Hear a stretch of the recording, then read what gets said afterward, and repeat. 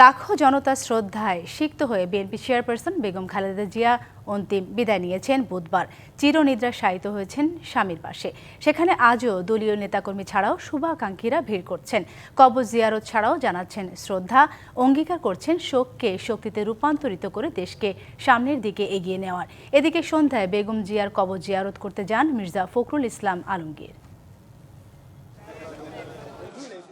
বৃহস্পতিবার ভোর থেকেই রাজধানীর শেরেবাংলা নগরে জিয়া উদ্যানে ভিড় করতে থাকেন বিএনপির নেতাকর্মী সহ সাধারণ মানুষ। শুরুতে জিয়াউর রহমান ও বেগম খালেদা জিয়ার সমাধিতে কাউকে প্রবেশ করতে দেয়া না হলেও বেলা বাড়ার পর তা উন্মুক্ত করে দেওয়া হয়। প্রিয় নেতার কবর জিয়ারত ও শ্রদ্ধা জানাতে ক্রমশ বাড়তে থাকে ভিড়। জানান তাদের ভালোবাসার কথা। আমরা ম্যাডামের কবরটা একটু দেখার জন্য, জিয়ারত করার জন্য এসেছি, কারণ আমাদের বুকটা হাহাকার করছিল। এতে আমরা সকালে রওনা দেয়া প্রায় 2 ঘন্টা পরে এখানে পারমিশন পাই আমরা ভিতরে ঢুকতে পারছি আর কি। এতে আল্লাহর কাছে লাখো কোটি শুকরিয়া, এত দূর থেকে আসার পরেও যে আমরা ওনার কবরটা জিয়ারত করতে পারছি, এতে আমাদের খুব তৃপ্তি, ভালো লাগছে আর কি। শিল্প কারখানার ব্যাপারে গিয়েছি, গ্যাসের ব্যাপারে গিয়েছি, উনি কিন্তু সাথে সাথে উনি ডিসিশন দিয়ে দিয়েছেন। উনি প্রথম প্রধানমন্ত্রী যিনি ভ্যাট ইম্পোজ করলেন। আজকে দেখেন জাতীয় রাজস্ব আয়ের প্রধান উৎসই হচ্ছে কিন্তু ভ্যাট। ওনার থেকে নতুন প্রজন্ম শিখবে যে মানুষকে ভালোবাসলে মানুষ তার প্রতিদান দিতে জানে। ভালোবাসা আর শ্রদ্ধা প্রকাশ করেছেন দেশের প্রথম নারী ও বিশ্বের দ্বিতীয় নারী মুসলিম প্রধানমন্ত্রী বেগম খালেদা জিয়ার জন্য। ওনার এই আকস্মিক মৃত্যুর সংবাদে আমরা সমস্ত কর্মসূচি স্থগিত করে ঢাকায় চলে এসেছিলাম। ফজরের নামাজের পর যখন রওনা হলাম, মনে হলো যে নেত্রীর কবরটা জিয়ারত করে যায়। আমাদের নেত্রী ওনার সাথে অত্যন্ত ঘনিষ্ঠভাবে কাজ করে আল্লাহ পাক আমাকে সুযোগ দিয়েছিলেন। সেই সুযোগের মধ্যে ওনাকে দেখেছি ওনার দেশপ্রেম, স্বাধীনতা, সার্বভৌমত্বর সাথে কখনো আপোষ করেন। ওনার ছেলে আমাদের বর্তমান অ্যাক্টিং চেয়ারম্যান, ওনার মধ্যে আমি দেখেছি সেই একই জিনিস। যে গণতন্ত্রের জন্য আজীবন সংগ্রাম করেছেন বেগম খালেদা জিয়া, তার উত্তরণের পথের যাত্রা দেখে যেতে না পারার আক্ষেপ রইল শুভাকাঙ্ক্ষীদের মধ্যে।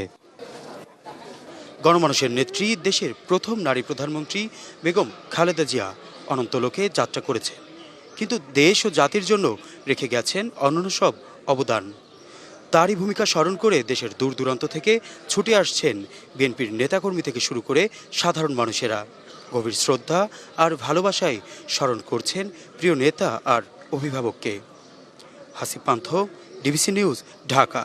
যেখানে মায়ের পথ চলা থেমেছে সেখান থেকেই শুরু হবে নবযাত্রা। যেখানে মায়ের পথ চলা থেমেছে ঠিক সেখান থেকে সেই পথযাত্রাকে এগিয়ে নিতে চেষ্টা করবেন ভারপ্রাপ্ত চেয়ারম্যান তারেক রহমান।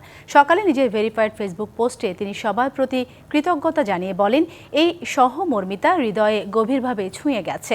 এদিকে রাষ্ট্রীয় শোকের দ্বিতীয় ও দলীয় তৃতীয় দিনে শোক বইয়ে সই করেছেন নেতাকর্মী সহ শুভাকাঙ্ক্ষীরা।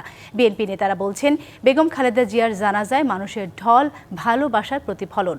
গণতন্ত্রের জন্য তার ভূমিকা দেশবাসীকে চিরকাল উজ্জীবিত করবে। মমতাময়ী মাকে নিজ হাতে সমাহিত করেছেন ছেলে তারেক রহমান। মঙ্গলবার বাবা জিয়াউর রহমানের কবরের পাশেই এই দাফন কাজে গোটা পরিবার নিয়ে উপস্থিত ছিলেন বিএনপির ভারপ্রাপ্ত চেয়ারম্যান। এর আগে লাখো জনতার সামনে ছোট্ট বক্তৃতায় বেগম খালেদা জিয়ার জন্য চেয়েছেন দোয়া করবেন, আল্লাহ তাআলা যাতে ওনাকে বেহেশত দান করেন। বৃহস্পতিবার সকালে নিজের ফেসবুক পোস্টে তিনি লেখেন, যেখানে মায়ের পথচলা থেমেছে সেখান থেকে তিনি চেষ্টা করবেন সেই পথযাত্রাকে এগিয়ে নিতে। মায়ের অনুপস্থিতির শূন্যতা ভাষায় প্রকাশ করার মতো নয়। তবু এই কঠিন মুহূর্তে দেশের মানুষের অভূতপূর্ব উপস্থিতি একাকিত্বে ভুগতে দেয়নি। সবার সহমর্মিতা হৃদয় গভীরভাবে ছুঁয়ে গেছে বলে জানান তারেক রহমান। এদিকে দলীয় 7 দিনের শোকের তৃতীয় দিনে বিভিন্ন কার্যালয়ে রাখা শোক বইয়ে সই করছেন অসংখ্য মানুষ। গুলশানের চেয়ারপারসনের রাজনৈতিক কার্যালয়ে বেগম খালেদা জিয়ার মহাপ্রয়াণের শোক বইয়ে সই করেন বিশিষ্টজন, রাজনৈতিক সহ বিভিন্ন শ্রেণী পেশার মানুষ।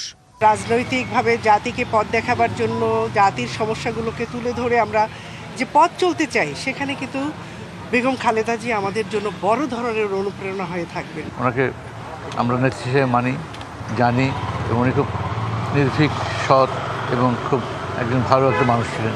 গণতন্ত্রের মুখপাত্র না, গণতন্ত্রের জন্য যিনি মানে সারাদিন সংগ্রাম করে গেছেন। বাংলাদেশের জীবনে, পাকিস্তানের জীবনে, ভারতবর্ষের জীবনে সবচেয়ে বড় যে জানাজা আমাদের নেত্রীর নামে হয়েছে সেটা তারই প্রমাণ।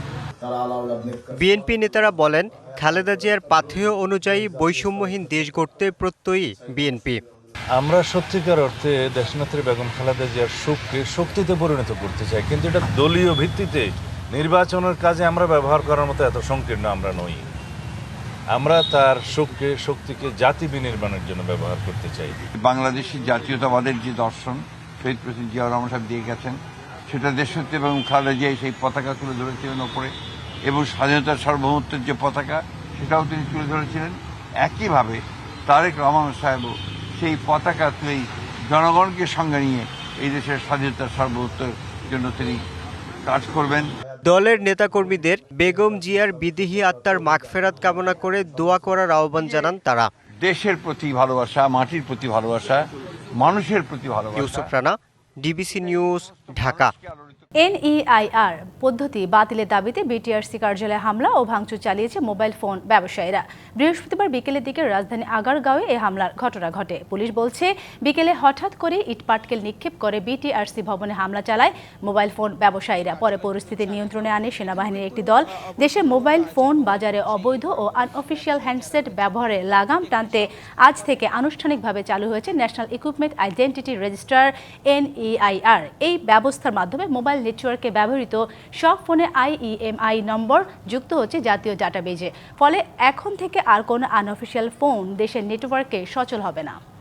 আন্দোলনকারীকে আমরা আলোচনার মাধ্যমে এই ভাঙচুর থেকে নিবৃত্ত করার সবাই মিলে চেষ্টা করি, তো ওনারা কোনোভাবেই কোনো কথা শুনছিলেন না। ইন দ্য মিন টাইম আমাদের এক্সট্রা ফোর্স এবং আমাদের অন্যান্য বাহিনীর যে সদস্যরা রয়েছেন, বাংলাদেশ সেনাবাহিনী, কোস্টগার্ড সবাই চলে আসেন। যে আন্দোলনকারী যারা ছিলেন তারা খুবই বেপরোয়া ছিল, এই জন্য আমরা তাদেরকে ডিসপার্স করেছি। এদের মধ্যে কিছু উচ্ছৃঙ্খলকারীকে হেফাজতে নিয়েছি, পরবর্তীতে আমরা যাচাই বাছাই করে ব্যবস্থা নেব। আমদানি করা ও দেশে উৎপাদিত মোবাইল ফোনের ট্যাক্স কমানো হয়েছে। এ পদক্ষেপে দেশে মোবাইল ফোন ইন্ডাস্ট্রি আরও ব্যাপকতা পাবে। উপদেষ্টা পরিষদের বৈঠক শেষে বৃহস্পতিবার বিকেলে রাজধানী ফরেন সার্ভিস একাডেমিতে সংবাদ সম্মেলনে এসব কথা বলেন প্রধান উপদেষ্টার প্রেস সচিব শফিকুল আলম। আরও জানান, মোবাইল ফোন আমদানিতে আগে কাস্টমস ডিউটি ছিল 25%, এখন 10% করা হয়েছে। দেশে উৎপাদিত ফোনের ট্যাক্স 10% থেকে কমিয়ে 5% করা হয়েছে। ট্যাক্স কমানোর ফলে দেশীয় ফোনের চাহিদা বাড়বে এবং দামও কমতে পারে। এছাড়াও ব্রিফিংয়ে প্রেস সচিব নতুন বছরে শিক্ষার্থীদের পাঠ্যপুস্তক বিতরণের বিষয়ে বলেন, এরই মধ্যে অধিকাংশ বই বিতরণ শুরু হয়েছে। 15 জানুয়ারির মধ্যে সব পাঠ্যপুস্তক শিক্ষার্থীদের হাতে পৌঁছে দেওয়া সম্ভব। শিক্ষকদের সঙ্গে পরামর্শ করে 123টি বইয়ের ভুল সংশোধন করা হয়েছে বলেও জানান তিনি। মোবাইল ফোন আমদানিতে কাস্টমস ডিউটি কমানো হয়েছে। সেটা আগে ছিল 25% কাস্টম ডিউটি, এখন দিতে হবে 10%। এটা করা হয়েছে এবং যারা মোবাইল ফোন যারা এখানে ম্যানুফ্যাকচার করেন তাদের জন্য কাস্টম ডিউটি যেটা আগে 10% ছিল সেটা 5% করা হয়েছে। খালেদা জিয়ার মৃত্যুতে গুলশানে বিএনপি চেয়ারপারসনের কার্যালয়ে ছেলে তারেক রহমানের প্রতি সমবেদনা জানানোর পর কথা বলছেন জামায়াতের আমির, সরাসরি যুক্ত হচ্ছে সেখানে। যিনি বাংলাদেশ জাতীয়তাবাদী দলের চেয়ারপারসন ছিলেন, 3 বারের প্রধানমন্ত্রী ছিলেন, তার ইন্তেকাল হয়েছে। পরবর্তীতে বাংলাদেশের ইতিহাসের সর্ববৃহৎ জানাজা হয়েছে। আমরা জানাজা নামাজেও ছিলাম, দেখা হয়েছে। তারপরে আজকে আমরা সম্মানিত ভারপ্রাপ্ত চেয়ারম্যান জনাব তারেক রহমান সহ তার পরিবারের সদস্য এবং কেন্দ্রীয় নেতৃবৃন্দ সহ সবাইকে সহানুভূতি এবং সহমর্মিতা জানানোর জন্য আমাদের সম্মানিত আমির জামাত আসছিলেন। এই জন্য সৌজন্য সাক্ষাৎ হয়েছে, খুব সংক্ষিপ্ত। তো এ পর্যায়ে আমি সম্মানিত আমিরে জামাতকে আপনাদের উদ্দেশ্যে সংক্ষেপে তার অনুভূতি ব্যক্ত করার জন্য অনুরোধ করছি। আসসালামু আলাইকুম ওয়া রাহমাতুল্লাহ। মহান আল্লাহ রাব্বুল আলামিনের শুকরিয়া যে আমরা একটি নৈতিক দায়িত্ব পালন করার জন্য এখানে এসেছিলাম। আমরা সবাই জানি বিএনপি চেয়ারপারসন সাবেক প্রধানমন্ত্রী বেগম খালেদা জিয়া, তিনি জাতিকে 3বার নির্বাচিত প্রধানমন্ত্রী হিসাবে নেতৃত্ব দিয়েছেন। এর বাইরেও তার একটি সংগ্রামী আপসহীন জীবন ছিল।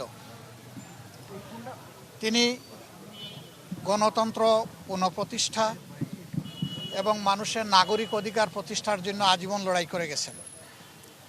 সেই লড়াই করতে করতে তার শেষ জীবনটা অত্যন্ত বেদনাদায়কভাবে জেলেও একাকিত্বে কেটেছে। এই সময় যারা দেশ শাসন করেছেন তারা তার সাথে অমানবিক আচরণ করেছেন।